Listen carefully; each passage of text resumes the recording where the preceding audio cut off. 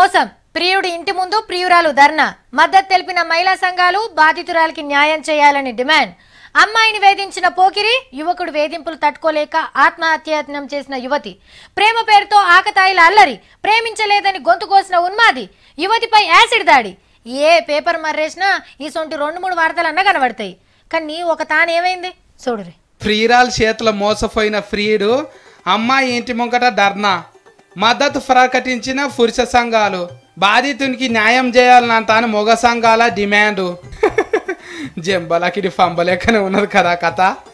అన్న పేరు రవి, ఊరు నిజామాబాద్ జిల్లా మాదాపురం. మళ్ళా ఉత్తోడేం కాదు, పోలీసుల కానిస్టేబుల్ 8 ఏళ్ల సంది ఒక ఆమెతో లబ్బులున్నాడంట. ఇప్పుడేమో అన్నను కాదని ఇంకొకరితోని ఫుల్ ఫన్లు అయినాయంట ఆమెకు. ఇక ముచ్చట ఎరకగానే లబ్బరోళ్ళు ఇంటి ముంగట ధర్నా కూర్చున్నాడు అన్న. దాదాపు ఎంబీఏ ఫైనల్ ఇయర్ ఉన్నప్పటి నుంచి దాదాపు మీకు అయిన ఖర్చులన్నీ నేను భరించిన. ఆ విఆర్ఈ జాబ్ కోసం నేను ఎంతో కష్టపడమని హాస్టల్లో ఉంచి చదివిపించి మెటీరియల్ కలెక్ట్ చేసి ఎన్నో చేసిన ఆమె కోసం. ఊకో అన్న, ఏం చేస్తావు? ఎవ్వరితో భాషింక బలం ఉంటే వాళ్ళతోనే లగ్గమవుతుంది.